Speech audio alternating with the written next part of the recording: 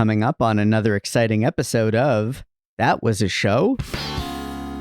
The year was 1987, and comedies about multiple straight men raising children together and acting domestic was all the rage. That year saw the movie Three Men and a Baby, the start of Full House. But wait, there was one more lesser-known show to hit the airwaves, My Two Dads, starring Paul Reiser and Greg Evigan as the two dads, and Staci Keanan as the daughter who enters their lives by surprise at the age of 12. Her mother passed away and left her to the care of these two men in her will, because one of them is the biological father, but nobody knows which one.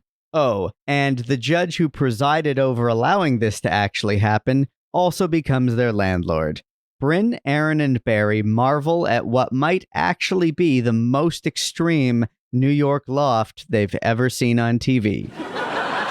We grew up during peak sitcom, Seinfeld, Friends, The Fresh Prince, but those shows were diamonds in the rough. This podcast is not about those diamonds. It's about the rough. Some sitcoms were briefly popular in their time. Some were canceled almost immediately. You probably won't recognize most of these, and you'll ask, that was a show?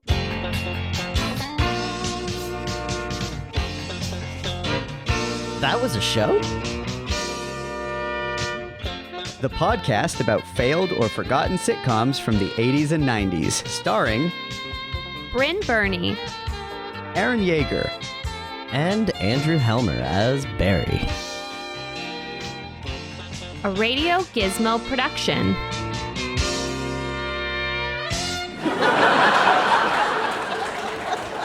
Oh, hey, look, it's Barry. It is. Hello. How's it going, friend?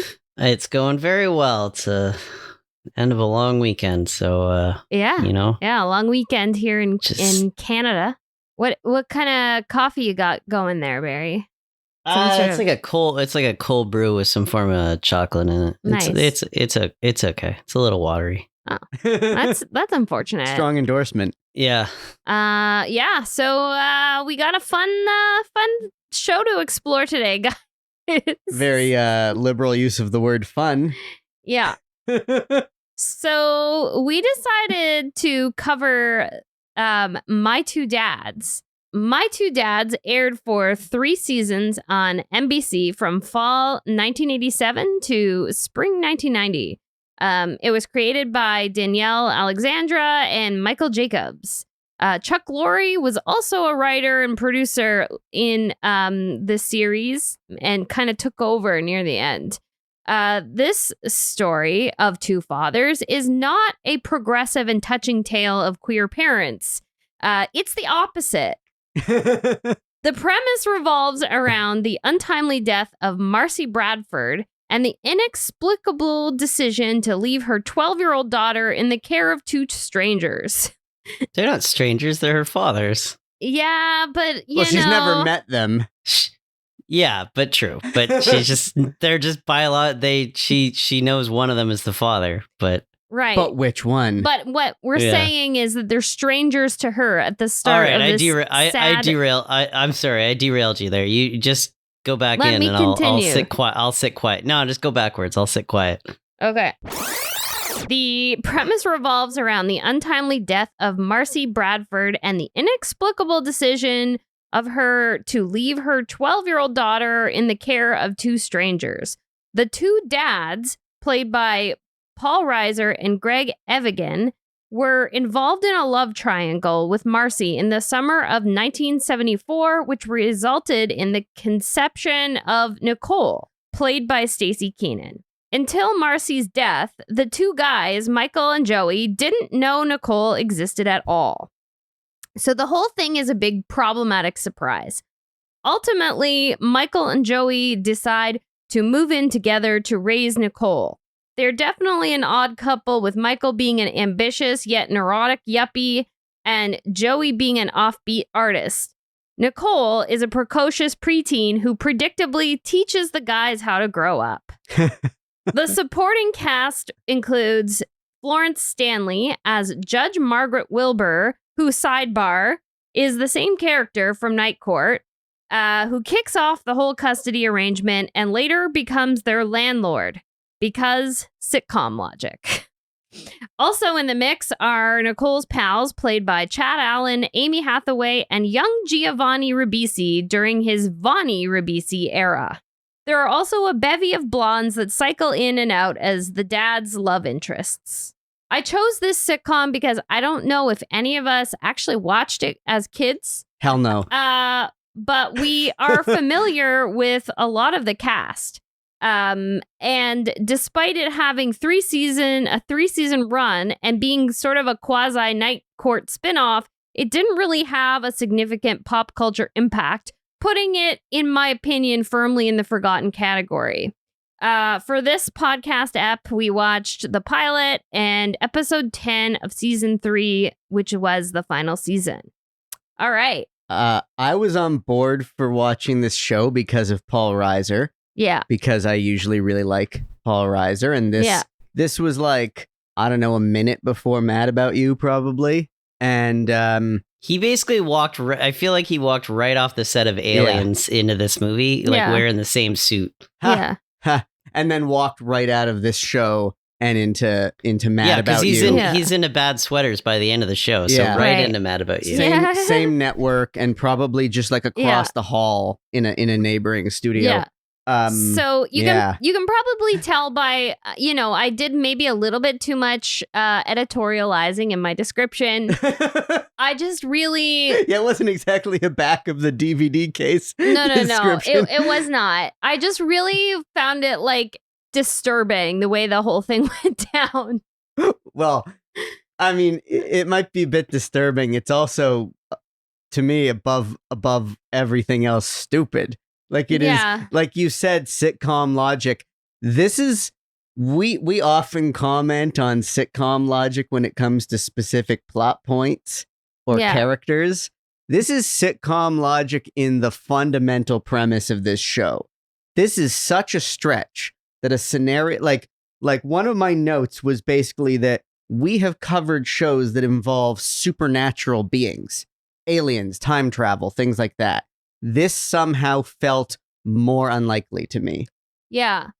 Yeah. And to be clear, it's not that I doubt the ability of two men coming together to like raise this girl. It's just that it seemed like there was no vetting of these guys and she had never met them.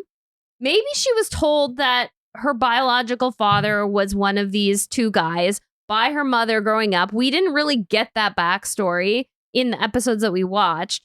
So maybe she had a sense that there were these two guys out there, but like she had never met them and she's going through this horrible time in her life where she just lost her mother. Yeah. I'm gonna try to express this point as succinctly as I can because I know we were discussing this when we watched the show together, but I don't understand how you can thread the needle that she did not want to know which of these men was the biological father or to have any contact with either of them for this girl's entire life up until this point, for 12 years. They've both never left New York. I'm sure they're in the phone book.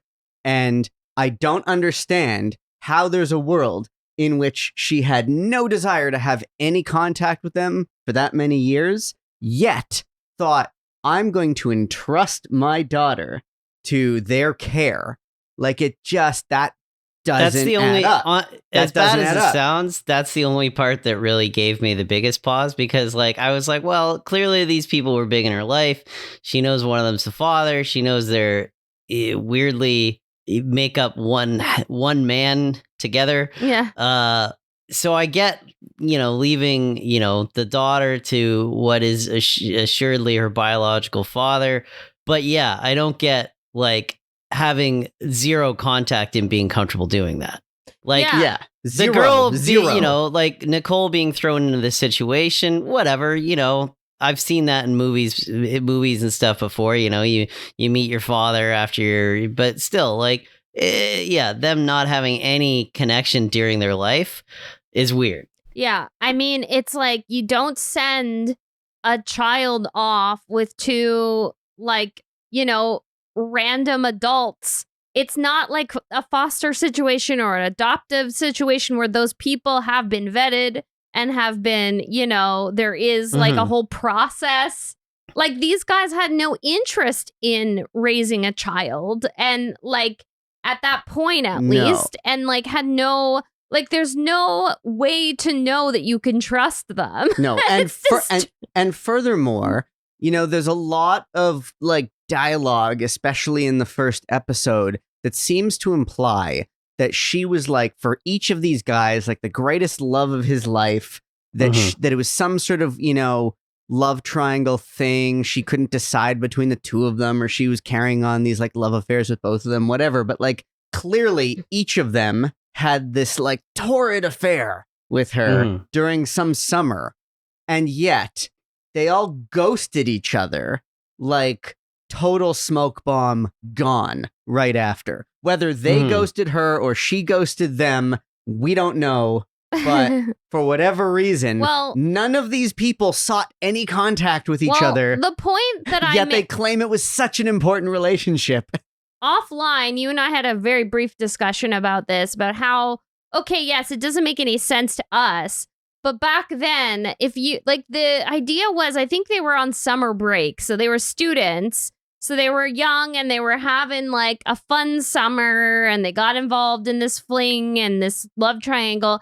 And then they went back to college. And like back then in 1974, when that was supposed to take place, the only way to keep in contact is like a phone book or writing letters or whatever. And maybe they didn't have reliable contact info for each other because they were all just students, like living like shitty student lives in the 70s. You couldn't just look for them online. You couldn't just like Google them or find them on social media. Sure. And that would be plausible, if not for the second part of the equation, which is that after 12 years of her thinking, nah, I don't need to go to any great lengths to reconnect with these guys. Yeah. But I'm going to leave my daughter to them in my will. Yeah. That's the only thing that stinks about the whole thing. Like, I mean, obviously, like we can, if you really think about it, she gets pregnant and it's not a great circumstance because doesn't know who is the father. So she probably just wanted to just move on with her life and raise the kid. And her plan was probably just to raise Nicole on her own and, like not worry about it because that was like a messed up situation that she was in and didn't want to like, but then unfortunately she died. And I don't know if we ever find out how she died or what happened. Did you guys pick up on that? I got the impression that the show was kind of slowly doling out the information. So I think just watching the pilot was probably a bit of a disservice. Yeah. And then the other episode we watched didn't really count. It was kind of like like a quarter of an episode anyway. So like, and we'll get to that. We'll get to that. I chose it for a specific reason. But I mean, we can keep beating the dead horse that is this premise. But I'd say we have to move on past it. I would say like, cause it didn't bother me as much as you guys. Cause I just sort of like, I was mildly annoyed that it was the premise, but I was like, all right, well, I got to watch the show. So I couldn't spend that much time going off. I would say the problem with it is that the show goes out of its way to make it not work. Yeah. Like if they were just, if the show didn't put so much effort into telling us how ridiculous this was, it wouldn't seem as ridiculous. Like if the show didn't go out of its way to be like, nobody's talked, nobody's seen each other, nobody knows who the father is. Yeah. Like if the mom knew who the father was, and didn't say, or something like that, some kind of, you can have a mystery or whatever BS. That's better than just being like, no, none of this makes sense. And like, I hated that the show went out of its way just to kind of do it. Right. Yeah. Yeah, the show doesn't let you forget the setup of this. And I mean, let's not forget that like less than like a year later, the premise of this was successfully duplicated to much greater results with Full House. So right.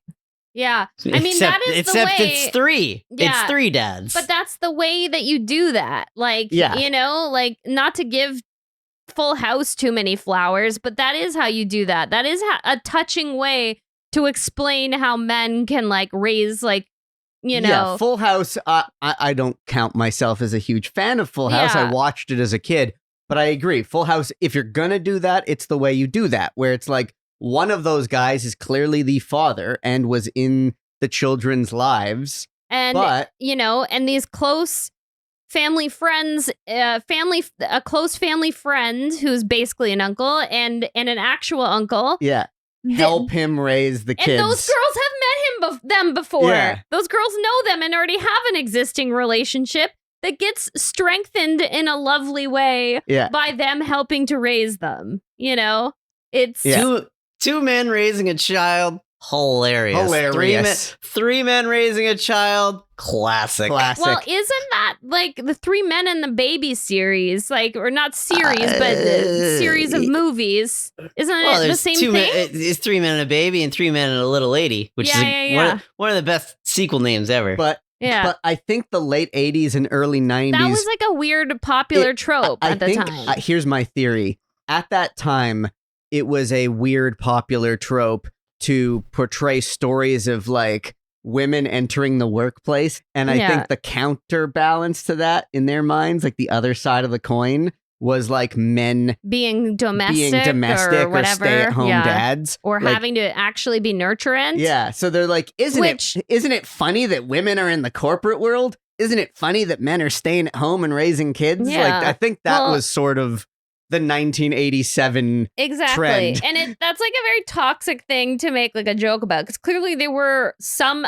like many dads out there, even if they were like, you don't know what everyone's household was like, but there were probably lots of actually nurturant dads out there in the 80s. Like, there were there's probably some absent ones that just spent all their time in the office, but there was also like some that were like being good and nurturant parents. But anyway, to dig into the nitty gritty of the execution of this show, if we put aside the premise and we just look at, okay, how did they execute on this premise? I have to say, this Cool Loft took Cool Loft too far. I'm dying to know your thoughts, Barry. No, absolutely. I mean, and even like, I think the show knows it, because even the teenage girl is unimpressed by this massive loft with this wacky. Yeah, she's like, all right, I'm 13. This is a lot. Yeah, even when she finds out that he's an artist, she's like, oh, I mean, I guess that kind of explains some of this. Like, she literally says, you're poor. You have to live like this. And meanwhile, it's a massive place in New York. Yeah. I mean, we've discussed in the past how sitcoms... It never makes any sense. Sitcoms seemed to think that 2,000 square foot, 2-story Manhattan lofts were for poor people. Yeah. That was never the case. But, sure. I'm going to take... if I may, I'm going to take a brief diversion here. Okay, go for it. And say that there are two things that I specifically quite liked about this show. Okay. That really, one, just a normal, out of the three, let's just call them the title characters. Staci Keanan is the better of all three of them. She had most of the best. Like, her character was the only one that had some great zingers.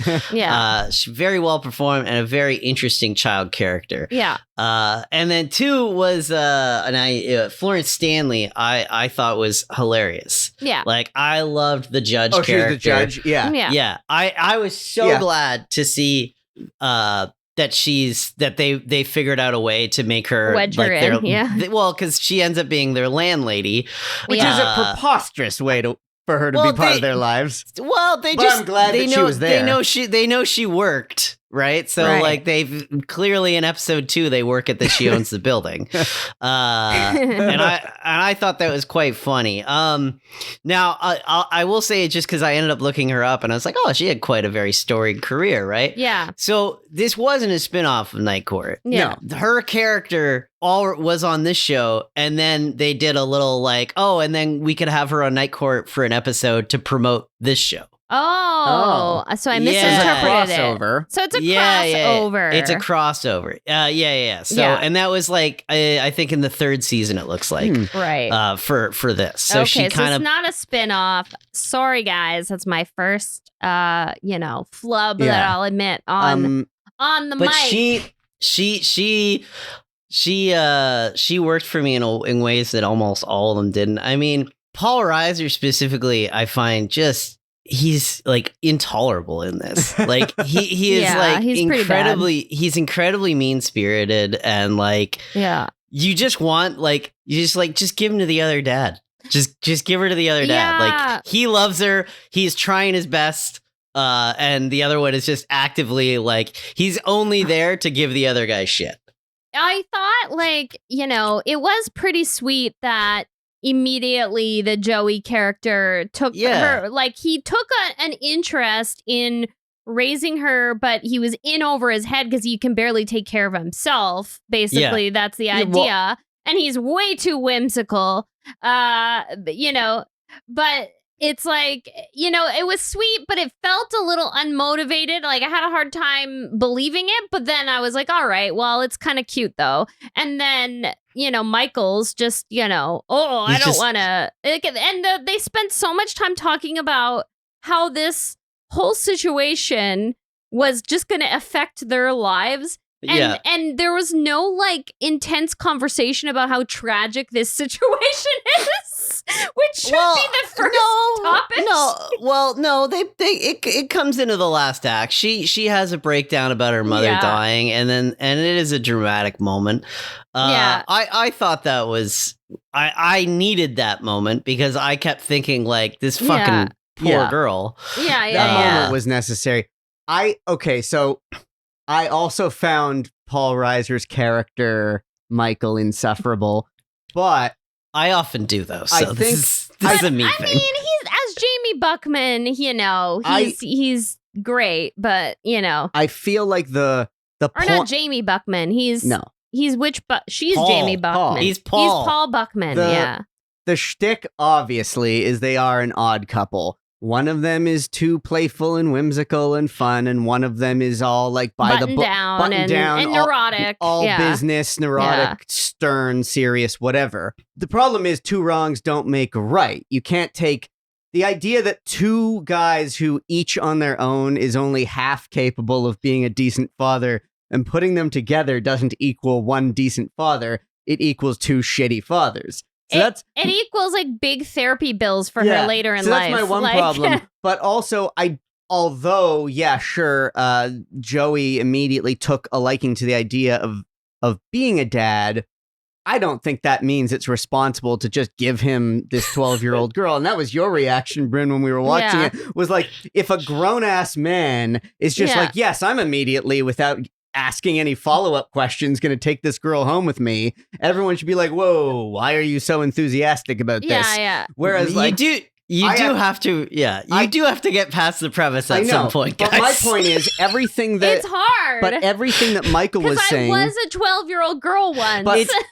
But I have to just say, to finish his point, everything that Paul Reiser's character was saying in the pilot were rational things to say. And the fact that he was kind of an ass about his tone doesn't change the fact that he was the one who was like, shouldn't we be like thinking this through more? Isn't there a lot of like questions and decisions to be made here? Like, we're not just walking out of this lawyer's office with this kid. child, like, with this minor. So the fact that he was the only one, including the lawyer, the judge, the mother who put them in a wheel, the only person there, the only adult who's like, shouldn't we take a beat and think this through? That does make him the ultimate most responsible one. But again, like, he's also insufferable. So I don't know. There's if I may argue one thing about this show is you gotta, this show is on for three seasons. Almost, I don't know, 70 episodes, something like that. If we had not watched the pilot and we watched episode 3 or 4 or 5, where this was already a premise, right? You wouldn't care. Because once it gets going, it's just about them parenting and all that. And that was how That's how the show survived. Because I think if people tuned into this pilot, it would have been canceled immediately. Yeah. Yeah. But generally, people probably were Okay. picking up in episode 3 and 4, and they were like, Yeah. "Oh, this is kind of So- cute. These two guys were raised a little." Yeah. So fine, we'll get past the premise. Now let me rant about the Joey character who seemed to be doing some sort of Fonzie from Happy Days thing. Because between his loft, which literally looked like the diner from Happy Days, like a 1950s drive-in diner, and his whole like and like everything he was doing in his performance was like Tony Danza in Who's the Boss meets Fonzie. Yeah. Yet he's supposed was to be this like cartoonish. whimsical modern artist, but it was like I just enjoyed it. it was so I- over the top. I enjoyed him. Yeah, I'd love to just like mention a few of the items in the loft. Please like do. so there was like Paint us a picture. I feel like okay, and I feel like some of this decor is like a trope of the 80s. It was like a lot of like outdoor things that were indoors. Like there was like a traffic light as a decoration. There was a was there a jukebox? Probably. Yeah. There was a jukebox. There was a There- payphone. There was a payphone. Yeah, another outdoor thing. There was a bed in the middle of the room that was like a fake bed that, you know, on top it just looked like a made bed, and then you flipped it open, and that was the actual bed that you slept on. Yeah. There was a giant car Couch. shaped couch. Yeah, that looked like a 1950s truck. Yeah. But these were his pieces. I mean, that's Yeah, what he did. it's That's what he true. did for. That's what he did for a living. He made these Yeah. avant-garde furniture pieces for Yeah. people. I'm confused as to why, kind of like what Aaron was saying, like why he was such a like Tony Danza dude and not more of a like, oh, I'm this like new wave kind of guy. Like he didn't I'm come this, across as arty. He came across as just like macho, like assistant manager at a gym. Well, maybe Yeah. it was kind of they were playing with your expectations yeah, there a little, maybe because he wasn't a typical he artist was type. layered. Sure. Oh yeah, he was so. He was so a layered. mimbo, but Yeah. he was a mimbo, but he seemed to have a lot of different sides to him, because Right. he had that very, very quick acting, nurturing side. He was an artist. He had, I Yeah. think, like Right. there's a version of this character that isn't this character, and supervising producer Chuck Lorre Yeah. would just inflict it upon audiences for 12 years. Yeah. This show is 2.5 Men. Oh, it basically Oh, is, good isn't it? God, yeah. yes, it is. It is. This Yeah. is a proto But- 2.5 Men. It is. Also- Clearly Chuck Lorre, the aspects of the show he liked were the premise, but he didn't like any of them being redeeming human beings. So Yeah, that yeah, was so exactly. yeah. Yeah, I mean so I kind of wish I watched more episodes, but I'm like didn't want to spend my time doing that. But like there is, you know, when I was like reading a little bit about it on like IMDb and whatnot, it does say that like it ultimately ends with Joey like leaving and moving to San Francisco to be with another woman and her kid. Well, it was a cliffhanger. They got canceled. Yeah, but I'm like the idea that he would just like leave her in another like that's like he's the first one to like want to raise her, and then he's just like kind of like smoke bombs out of her life. Like that's so sad. Right, But he would have been back in the next episode. but it was also Probably. acknowledged. It's not. He wasn't leaving the show. They got canceled. Maybe, but also you guys take this so seriously. right in the butt. One of the I don't know why I'm taking such a tender approach with this. I don't know why. There's something about I know we're it. taking it so seriously. There's something about it that's triggering me, and I don't know what But it is. also, Michael, one of his complaints about Joey in the first Yeah. episode is that Joey is super impulsive and does all sorts of random things on whims. right? And that one of the reasons why he was so quick to jump at the idea of like, sure, I'll be a dad, was for the novelty of it, not because Yeah. he was truly going to be invested in the long-term care of raising a child, but it was just a thing to do. Right. That was the implication in the pilot, whereas in their odd couple thing, it's like Joey's very quick to jump headfirst into something without knowing what the consequences Yeah. are. And Michael is the opposite, where he's like super reluctant to do anything because he will instead like overthink it. So that's the whole, Yeah. ooh, isn't it funny how they're opposites? But then at the end of the episode, they're both like blackout drunk together Yeah. in a bed after And downing they admit cheap that champagne. to the judge. They're weak like, sauce. Weak sauce. I mean, it's one bottle of champagne. yeah. Come on, guys. But like the fact that the judge walks in and they like admit this to her. They're like, Yeah. yeah, we just passed out from drinking all night. Like, yeah, we really should be in charge of this kid. Yeah. Suitable. Very suitable. Oh man. Oh my But god. didn't she say in some weird joke how she became a judge? Oh yeah, like she made some joke about how she like basically slept her way to the top, which was just said with a wink. So, you know. But The whole opening scene it was so weird. The whole weird. thing was weird. It's Like a fever dream. It's an extraordinarily bad pilot. I will say this. It's Yeah. it's one of the worst pilots I've seen. I think from the energy I got between the three of them or the four of them, I would probably have liked to have seen a little bit more. Right. I like to see this show when it was working. Because I bet Yeah. it was for most parts. People I just think it's a liked it, really bad apparently. pilot. Yeah. It's a really bad pilot. And then like I don't know if we're ready to transition, but I mean, your choice for a second episode was odd.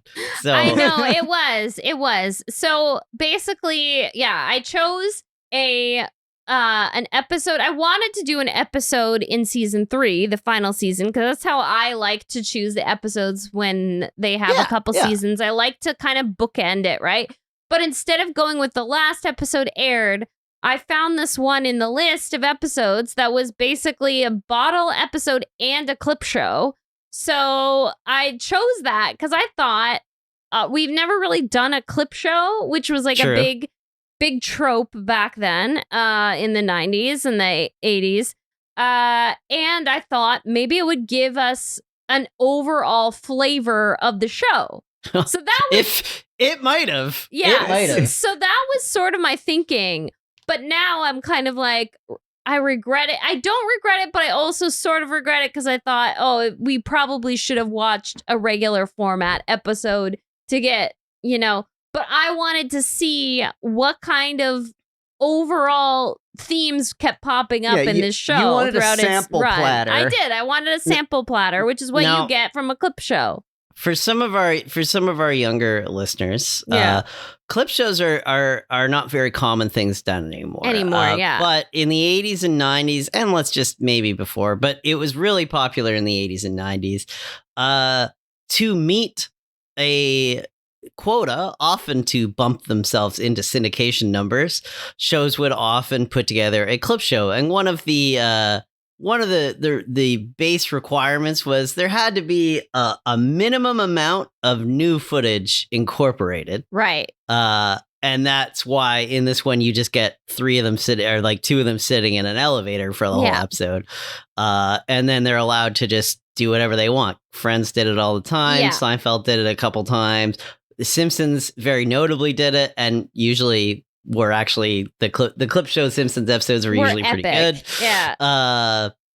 So this is weird. This is weird to see one of these because I haven't seen one in a long time. In a long time. So I thought it would be a fun little treat. And like, you know, it's chock full of tropes. Like the getting trapped in an elevator is a huge trope for, you know, TV and movies. And specifically, and I don't have a good enough memory to cite an exact reference, but I know for certain that I've seen at least one other clip show where the new footage, so to speak, involved characters trapped in something. I don't think it was necessarily an elevator, but it might have been like... There's always that, where people get locked in a it's like room and you're- they have to wait for a long time. And like the idea with this one is... You're reminiscing while locked in so some... basically they're recollecting, you know, pivotal moments of their time together raising Nicole, and so that's what is like leading to the clips. Yeah, now at this point, we're about 50 episodes deep in this series when they Yeah. made this Mhm. clip show, give or Yeah. take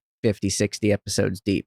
So we are to assume that the clips that they show are among the best out of 50 plus episodes.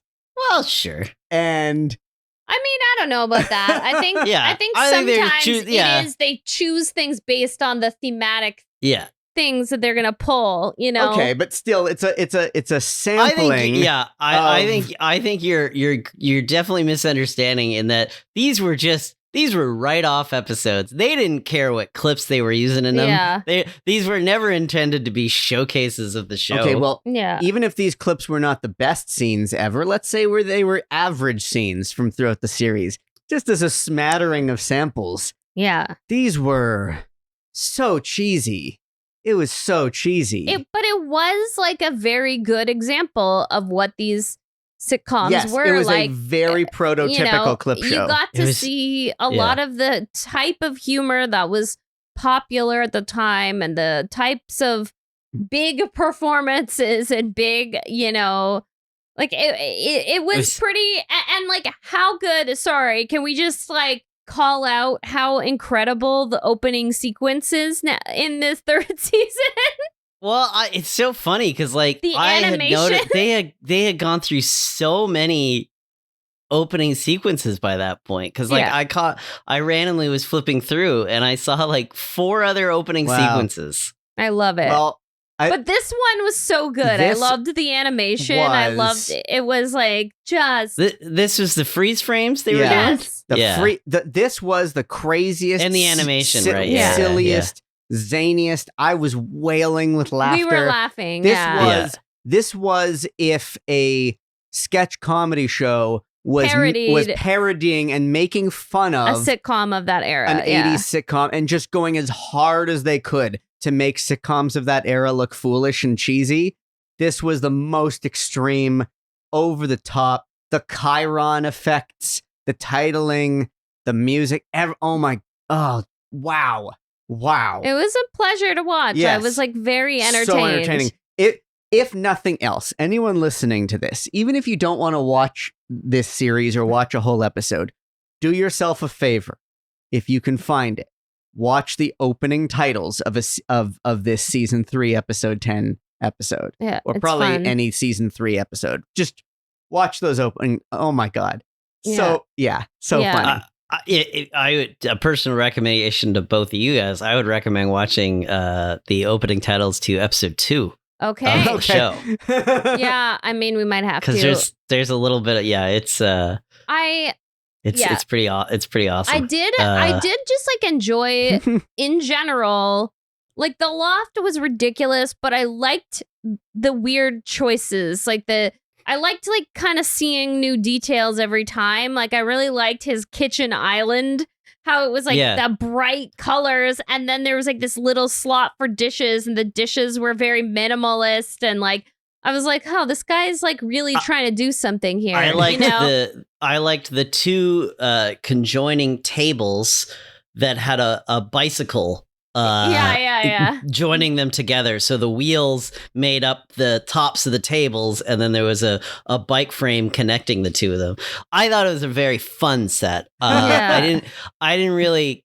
I wasn't really getting lost in like how the fuck they could live there. I was just like, there's a lot of wacky shit in here I could look at. It was really distracting, real like Uncle Moe's family feed bag of like a lot of alligators wearing sunglasses. Exactly. Yeah. It was very distracting to me, and it was very whimsical, but like it was definitely a postmodern. Like his art style was the weird for the sake of weird that they make fun of on The Simpsons. Like it's the most. Aaron does not like whimsy in his sitcoms.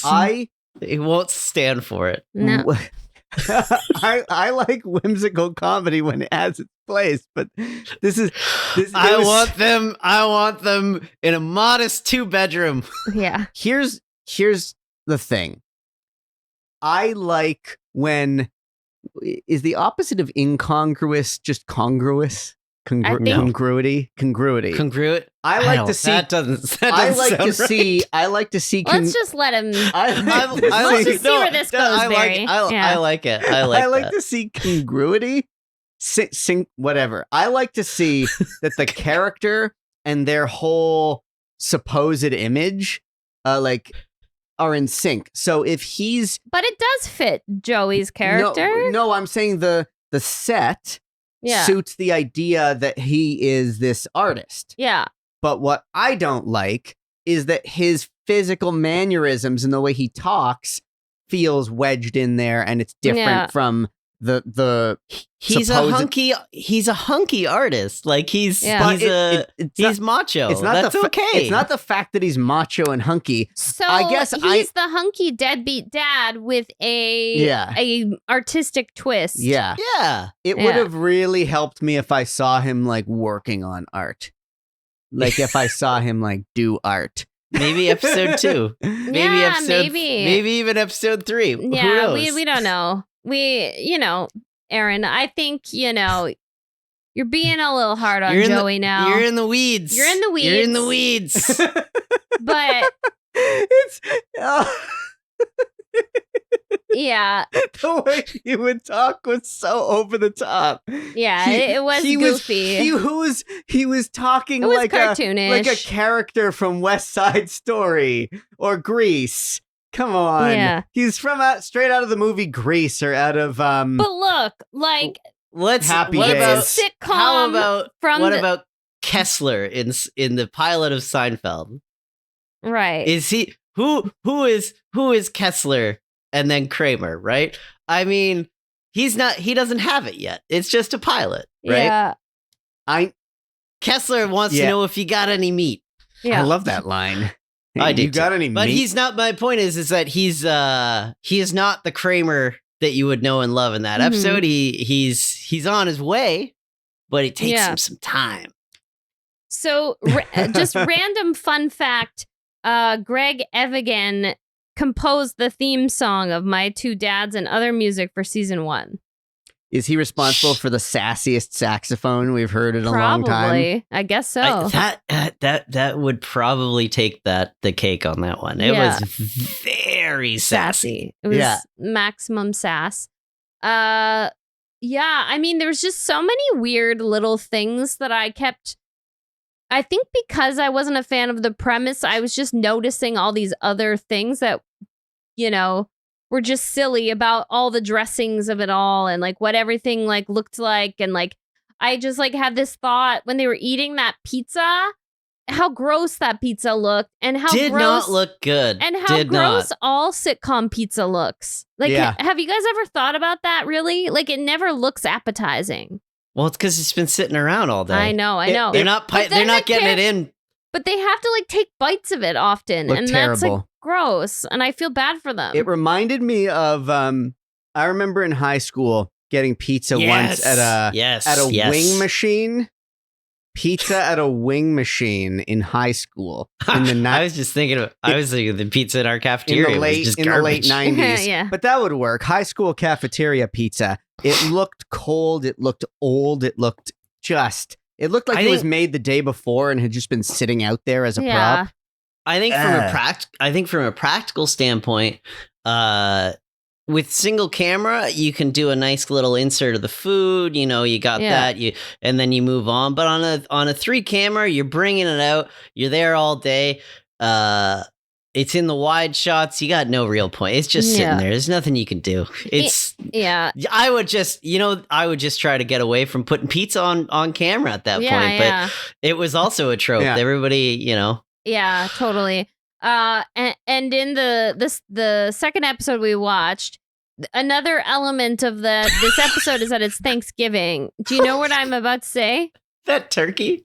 Well, the turkey looked ridiculous, but what I wanted to point out was that when they were finally sitting down to eat, they were perfectly around one side of an egg, like oval shaped table. Yeah. And They were doing a Last Supper. Yeah, they were doing a Full Last Supper. I know that it's normal on a sitcom that all the characters have to be open to the camera and there's a fourth wall. but there was something about the layout of that room and the shape of that It table. looked so preposterous and uncomfortable. It really called attention to itself. It looked it did. really awkward Yeah. and staged. Yeah. It was such a great like fake turkey. Yeah. Because like it was just like one of those things where like it was just I want to say it was plastic, and it was just sitting there perfect in the middle of the table. High TV and movies, and yeah, I'm sure that some people do it, but commonly you don't have the full uncarved turkey sitting at the table with you. Yeah, exactly. You It's carve always it first, pre-carved. you animals. Yeah, it never looks. It's a messy bird. You don't do it at the when table. you actually eat. No matter how elegant your table settings are for like Thanksgiving dinner or any turkey dinner, it's never like perfectly uncarved and garnished like in the middle of the table. At least not in any dinner like that I've ever attended. It's always like carved already. I don't believe looks kind anybody in this cast was capable of preparing that that food. No. Yeah, like who made it? Who made it? Was it the judge? Like, is that the idea? That's the only. Yeah, I But mean, but she had spent the whole time getting the repair guy. So who made it was that? it's already on the table. When we find out that they're stuck in the elevator, it's already on the table, ready to go. Right. It's yeah, and I will. Sorry, just skipping over the judge. I do like that they have formed a family with her by the time that the show ends. I mean, I do like the general theme of like creating a family, like, you know, like a found family. And it's like technically one of these guys is her biological dad, but ultimately the whole thing is a found family. Like it is. So that is like a nice theme to explore in a sitcom. Sure, yeah, like, of course. But it is just, I don't know. It just and took the other, a lot. the other girl seems to be like Nicole's friend that is like also sort of, and then the boys, the Vonnie, and I swear to God, might be lying, but I'm pretty sure the actor's name was Chad Allen. Chad Allen, yeah. He was like the Dr. Quinn medicine woman kid. So their role in the show is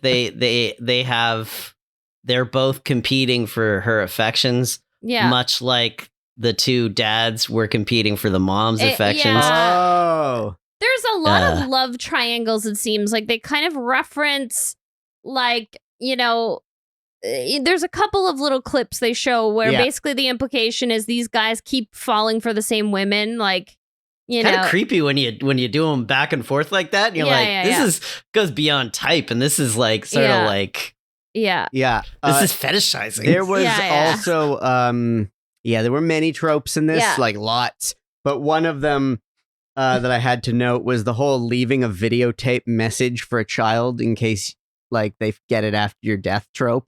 Yeah. Where there was a clip of Michael. Like that was kind of funny, giving like because he was 36. Yeah, so giving the life advice to.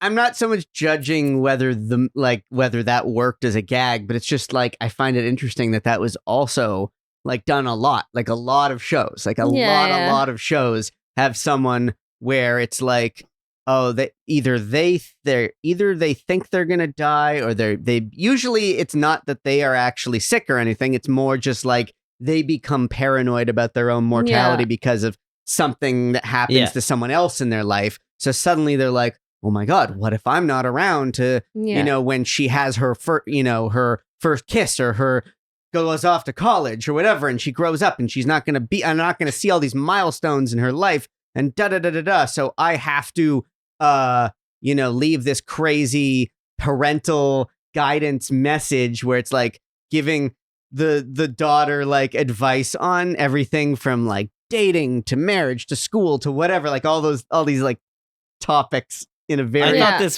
thought this was a very funny version of that because it implied that he had made many tapes. And he was cross-referencing them with like, please refer to tape 26. That is funny. Very funny. Yeah. Funny version of that. I'm pretty sure I've seen that version of that joke before. I can't remember where. Probably. I but- mean, none of these. But another character that had a whole library of tapes on all sorts of different topics to be as comprehensive as possible. I can't remember I feel who. like a lot of these sitcoms, not all, obviously we've watched some during our time of doing this podcast that were highly original and we really enjoyed them. But like a lot of them were kind of just this like Mad Lib situation where they all had their own premise and then you just sort of like repurposed a lot of the same type of humor and the same types of bits, but it was like you just kind of switched up the circumstances and switched up the characters saying it. So, you know, like these tropes existed for a reason. We call them out for a reason because they were just sort of like how they made these shows back then. You know, I don't know. But not all, because obviously there were some that were so well written and some that were so like innovative. But yeah, I mean, a good majority of like mainstream sitcoms were like this. And like even ones now that are like very mainstream are often like this. Like, you know, like Chuck Lorre's sitcoms are very much like these like Mad Lib, like, you know, very much so. Yeah. So, yeah, I don't know. I mean, I think it was fun, you know, watching and covering this particular show just because of its sort of like, okay, this is very firmly like, this is what you think of when you think of that era. And like, you think very of much so. These sitcoms. And it's funny because it's not one that like we specifically grew up with because we were just a bit too young to be watching this. And like it definitely, at least nowhere like I can remember, did I ever see reruns of this playing. Yeah, I don't recall this being in heavy syndication. They didn't make it. I mean, 100 wasn't always the rule for syndication, but it usually was a pretty good rule. So usually things hit the 5th season before you would see syndication. Right. And yeah, you're right. Like this was not something that popped up. Yeah, I watched a lot of sitcoms that would have been made at the same time as this. Yeah, but you likely were exposed to them just through the reruns. Maybe, but I mean, I was probably, I'm a couple years older than you. Like by the time this show ended in what, 89, 90? Yeah. 90, yeah. 90, and I was like 7 going on 8. Okay. I would have been watching you were old enough to watch this sitcoms then. on TV. Like I was probably watching, you know, episodes of something like Who's the Boss when that show was on, which was around the same time. But like that was a better show. I don't know. like I don't know. This it's funny because this has a lot of the mechanics of a successful show. It's got a lot of the like effort put into it. Like it's not one of those things that feels like any of these are like, we sometimes joke about a show or especially a pilot feeling like, oh, is this just like they shot the first draft, like, and it feels like half baked. That wasn't the case here. This felt like adequate effort was put into making this. And the pilot had the energy and the pacing and the high speed banter of a fairly developed show. I just thought it was too hard for me to get past the premise. Yeah, it was. I mean, but here's what a positive thing I'll say. Again, like I said, I do enjoy the theme of sort of found family being explored. I think that is like an important thing. And like, we didn't see this in the episodes we watched, but apparently, like, ultimately there is like a falling out between the two guys, which results in them seeking out an actual DNA test to prove the paternity. And Nicole is upset about it. She doesn't want to know because, like, she has bonded for all intents and purposes. These are both her dads. And she is at the point where it doesn't matter to her, the like DNA of it all. Like, she doesn't care. She is, which is a nice thing to like, you know, explore, because those there are a lot of people who deal with those situations in life. And, you know, she doesn't want to know. And the only person who ultimately knows ends up being the judge, which is like another wild thing that, she's that enmeshed in their life because she looks at the paper, but Nicole destroys it before the guy can look at it themselves. And actually, she doesn't even look at it. She just rips it up or whatever, however she destroys it.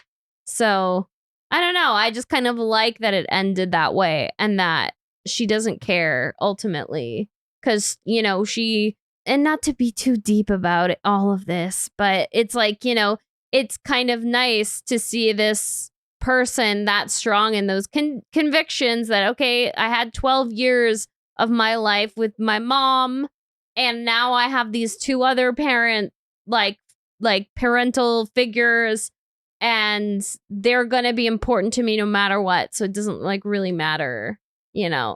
the officialness of it all. Yeah. Oh, for sure. Yeah. Thematically, I'm on board for all of that. Yeah. I just, in watching the 2 episodes that we watched, none of that overcame the like silliness on the surface of like the way these guys behave. It's one of those things where if you really want to get the full impact of it all, you probably would have to watch more. Yeah. But that means you would have to watch more. So.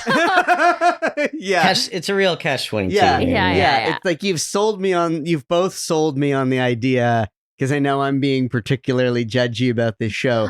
You've both sold me I've been very judgy too. Yeah. Hey, I really didn't like how the whole thing kicked off. I was very judgy and harsh about that. You've both sold me on the idea that if I were to watch the whole series, maybe there's more to it than meets the eye. Yeah. But, or less. But also could be I'm less. just saying I don't think I saw enough of this one to form a full opinion. Sure. Which is rare for some. Usually with me, I can get there a little quicker than this time, but this time I'm like, I don't think Yeah. And I guess I feel like I may have not seen enough to have a full opinion on whether the premise or the concept works or whether the characters work. But I do think I've seen enough to know that I just don't think it's funny. Yeah. I saw Promise, but I also saw all the same terrible shit that Aaron saw and that Brynn saw. Because like at this point, I mean, maybe if I was 8 years old, I would have been amused by some of these scenes. I mean, I'm glad I didn't see too much of all the dynamics of her, like the whole stereotypical thing of like, oh, it's a girl and we can't let girls have control over their dating and their whatever. We have to be overprotective and weird and awkward about her dating. We got a lot of whiffs of that through the clip show of the characters trying to be those classically like, oh, they're the dads who have to like have control over everything in her life, but she's gonna teach them to be mature. She's gonna teach them a thing or two about this thing called life. That whole problematic trope of like the wise girl who teaches adult men how to Yeah, and she does does all this emotional labor and like shares her knowledge to a grown men who should know better. And she is like sitcom precocious. She is sitcom precocious from the very jump. First line of dialogue. But that's just kind of her vibe. I enjoyed her. Of course I did too. Like, this is the type of kid that I think Staci Keanan naturally was, so it's like perfect that she just played these kind of she precocious. Was great. I could see a lot of comedic potential from her. So you just have to like pick her up out of this show and drop her into a different show. Well, and they did later on. And they did. Yeah. All right. On that note, let's move on. Now we're just rambling about this. But those opening titles, though. Yeah, they're so perfect. This was all worth it to me for that. Yeah. Okay, well, let's move over to our segments. Let's cue Sassy Saxophone.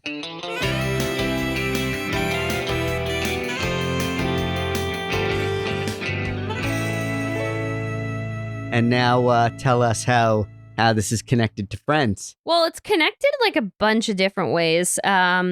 There's like a few obvious like 1 degree connections. So Giovanni Ribisi, or Vonnie as he's referred to during this era, as I said, he plays Corey on My Two Dads, but he also played Frank Buffet Jr. on Friends. So there's a 1 degree connection for you.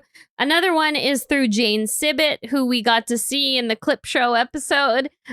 She's the guest stars on My Two Dads and co-starred as a recurring character on Friends, Carol, Ross's ex-wife.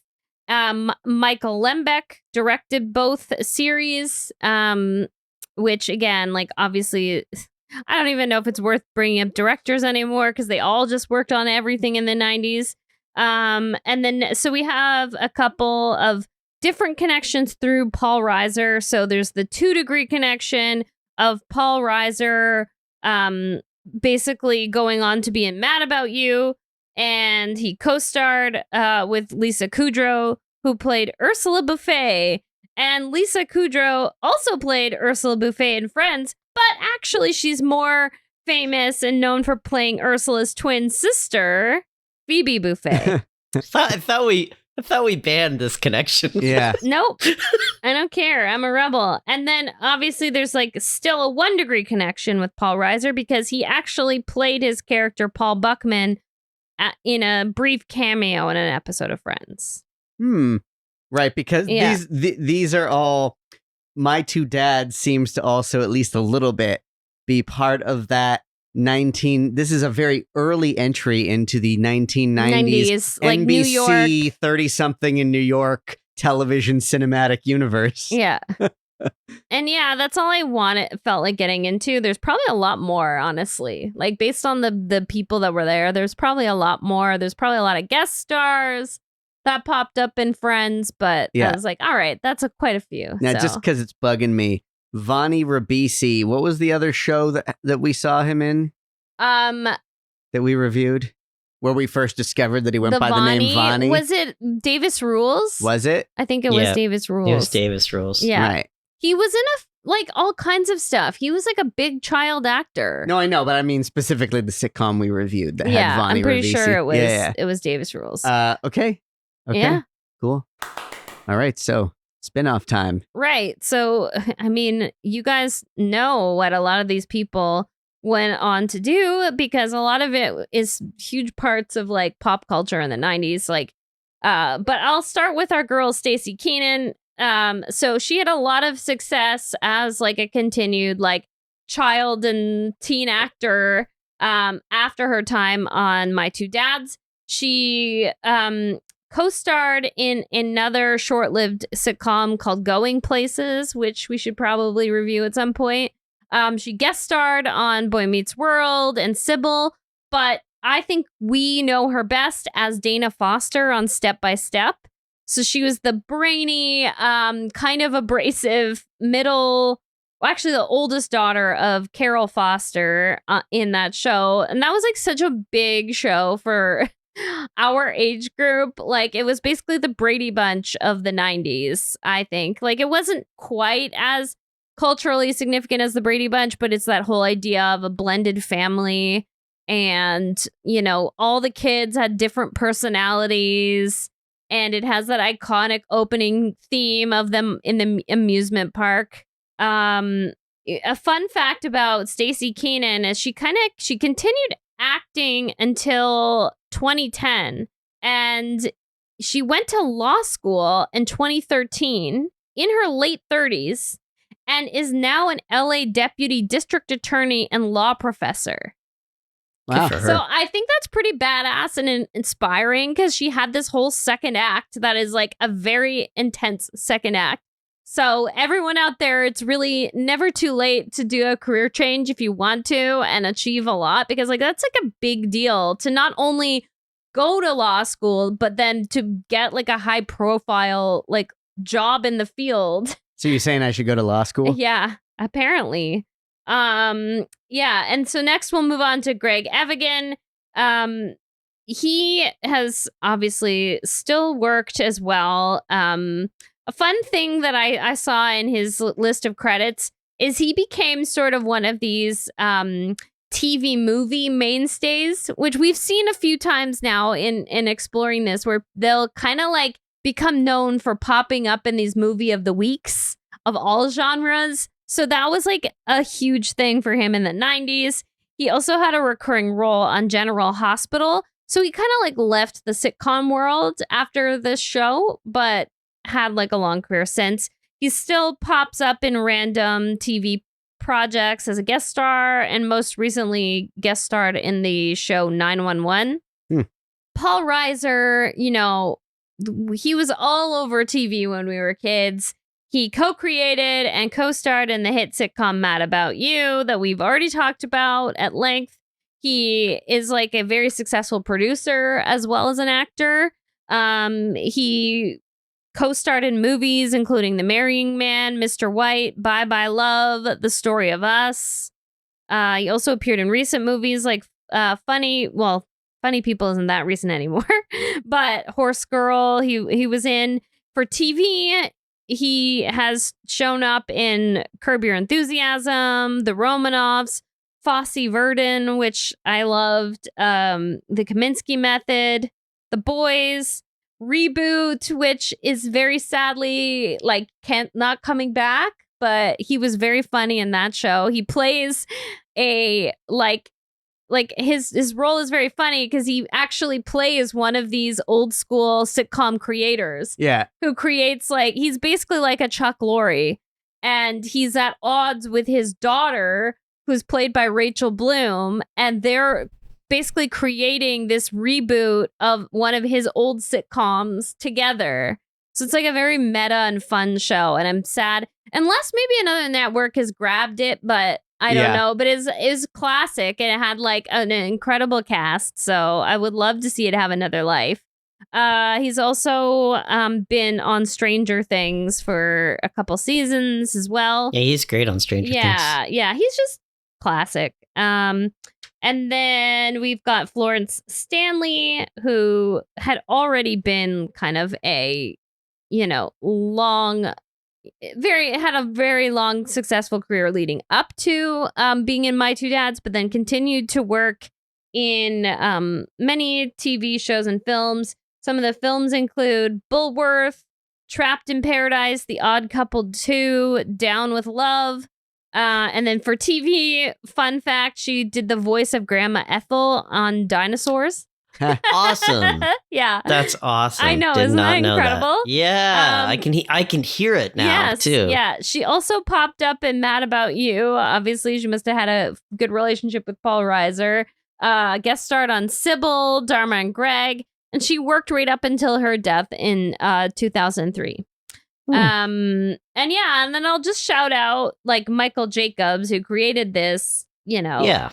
Big TV guy. Yeah, big TV guy. He went on to create a very important show to at least Barry and I. I know it wasn't as big for Aaron, but Boy Meets World.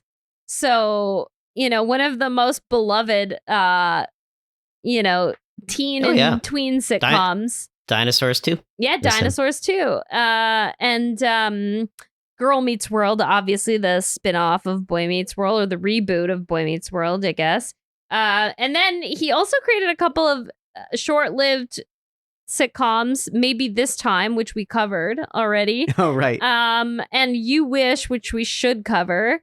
And yeah, but he's like a big deal. And this kind of wacky show didn't really impact anyone in a negative way. Also, like Danielle Alexandra, who he collaborated with on this, she like went on to write the G.I. Jane movie and is now more of an executive in the industry and other creative industries. So she's kind of more in the business side of things. But like, you know, people find a lot of success. These are not failures. They're just weird blips in people's careers. Yeah. And then obviously the other young actors that were in this, like Giovanni Ribisi, Chad Allen, and what's her name? Amy Hathaway. They all did a lot of work since then. I always like remember Chad Allen as the like oldest child on Dr. Quinn Medicine Woman. But yeah, that's it. That's all I got. I've spun us off. I don't know why they randomly this popped into my head. After a very long career TV wise, Michael Jacobs wrote and directed a movie this year, and I don't think he really ever really did that. I could be feel wrong. No, let me It just. had Diane Keaton in it. The fuck was it called? Yeah. Let me just see. Let's pull this up because I basically scanned his IMDb. We'll The clean fuck this did up he in do? the end. Maybe I do. Right. I did see that. Yeah. Yeah. And I thought that was a really interesting late career late in his career twist. Yeah. Yeah. I mean, maybe he always wanted to be in the movies, and this was his he's like, oh, I've done a lot of TV. He was big enough; he could have easily jumped if he wanted, but right. Because he did Charles in Charge too. That was him. Yeah. Yeah, he was also Charles. He's one of the big. He's one of the big uns. One of the big uns. Yeah. You know. I mean, basically, big ones in the sense that we watched all of his shows basically as kids. Yeah, he was definitely one of those He was a showrunner in a time when showrunners probably weren't as publicized. Yeah, right? for sure. Yeah. Now they've become some of them at least have become household names, and it's one of those things where now you got your Shondas and your Ryan Murphys become a brand unto themselves. Yeah, and well, I mean, it's good. I'm glad that exists, but it also gives people a warped concept of what it means to be a TV writer. A lot of people have misunderstood the WGA strike, and they think that everyone is like Shonda Rhimes and making lots of money. No, that's not the case. It's actually very unstable for a lot of people, especially in the age of streaming. It's not, so it's great that there are these very successful ones that people know about, because it is so important to talk about the people who actually create these things. But it's also, made it seem like they're all these moguls and they're not. Yeah. I think the people out there, there's a warped perspective of basically it's just anybody who works in Hollywood. To a lot of folks seem to they think they're rich, which is really just not the case. No. It's a lot of industries where there are the 1%.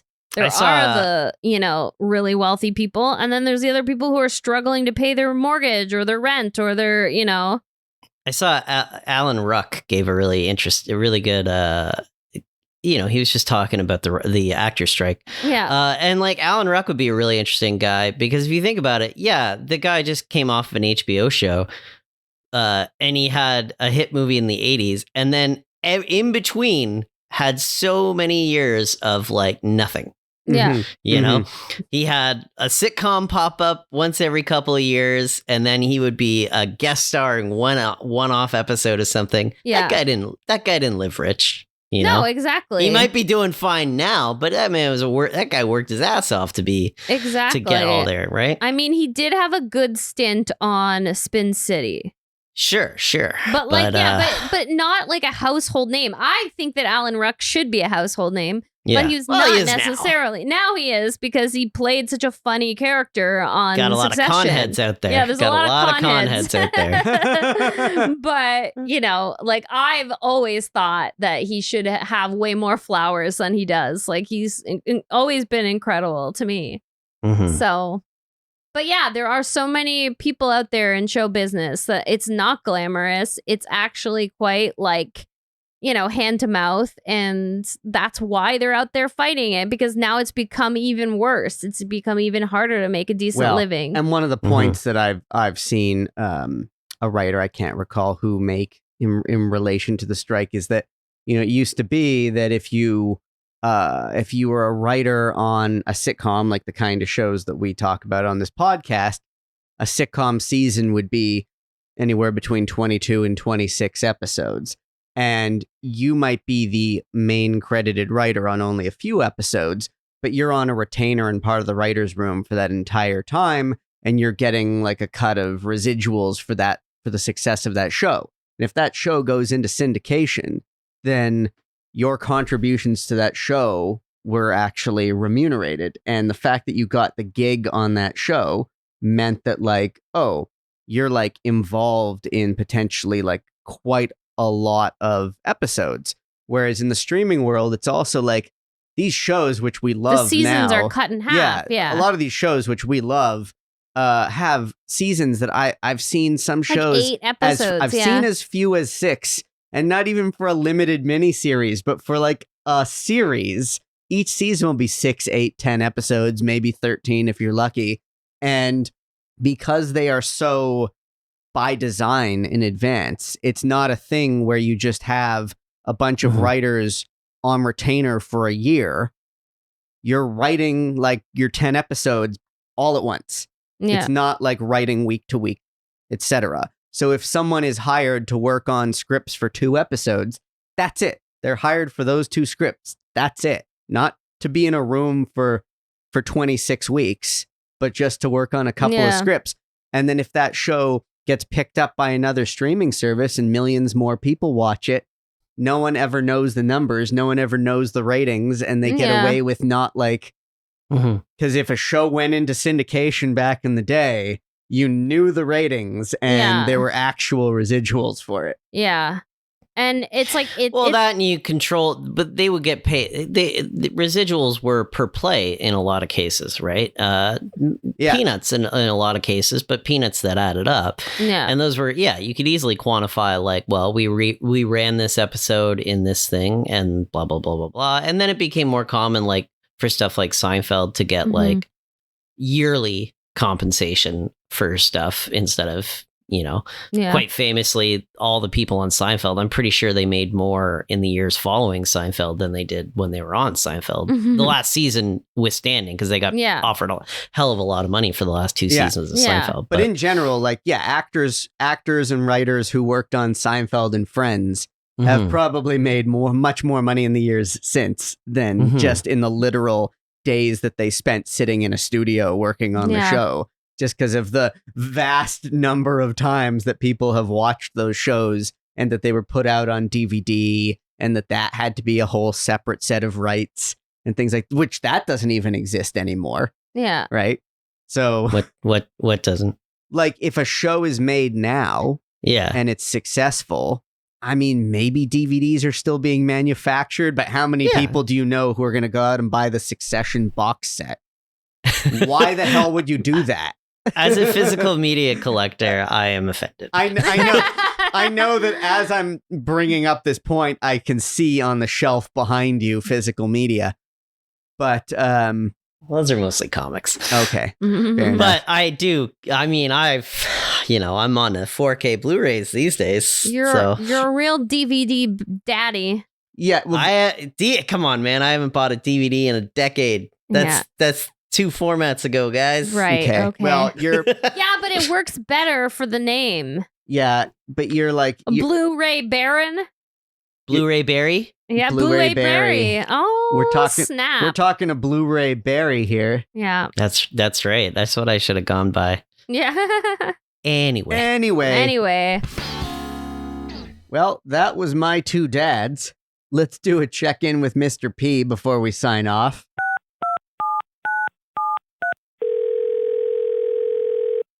Hey, kid, what's the pepper? The pepper? You know, what's shaking? Pepper, salt and pepper. What's happening? Oh, I get it. Just finishing up another episode. This week we were talking about My 2 Dads. Oh, My 2 Dads. Now that was a hell of a program. Reiser, truly at the top of his game. Peak rise. So you were aware of it at the time? Oh, I was a fan. We called ourselves Dadheads, or occasionally Tubies.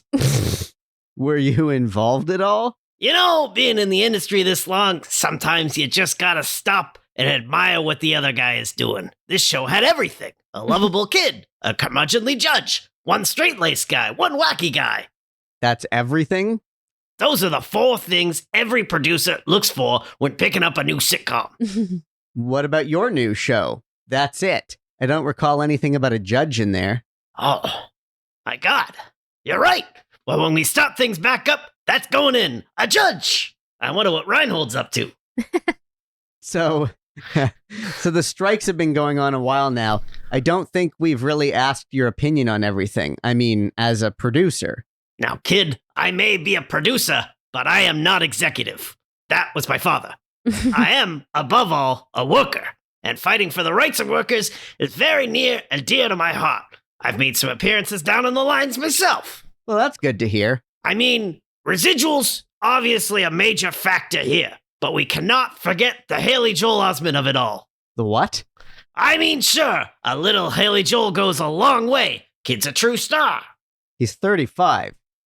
But now they want to put Haley Joel everywhere. I don't get it. Sometimes a Haley Joel just wouldn't work, you know? Sometimes you gotta go for a Munez or a young Culkin. And what about the background actors? You're telling me they're all gonna be Haley Joels as well? It's not right, I tell you. What in the hell are you talking about? Oh, God. AI. Haley Joel Osment was in AI, the Spielberg movie. He's talking about AI. And they say Haley Joel can even write scripts now. They just feed him some prompts and boom, script. It's not right. I think maybe you've misinterpreted some of this AI stuff, Mr. P. Maybe you and I should talk about this offline. Offline? What is offline? I'll call you later. Well, I think his heart is in the right place. Yeah, me too. He'll get it someday. Yeah. Yeah. Well, that was my two dads. That was our episode. I think we successfully proved that it was a show. I mean, it definitely was a show. Yeah. It was a show. Cut Great to ending. credits. Great ending to an episode, guys. Top notch. Just awesome. I think we really every time. 63 episodes. I think we really hit our stride on these endings. I refuse to let us end it this way.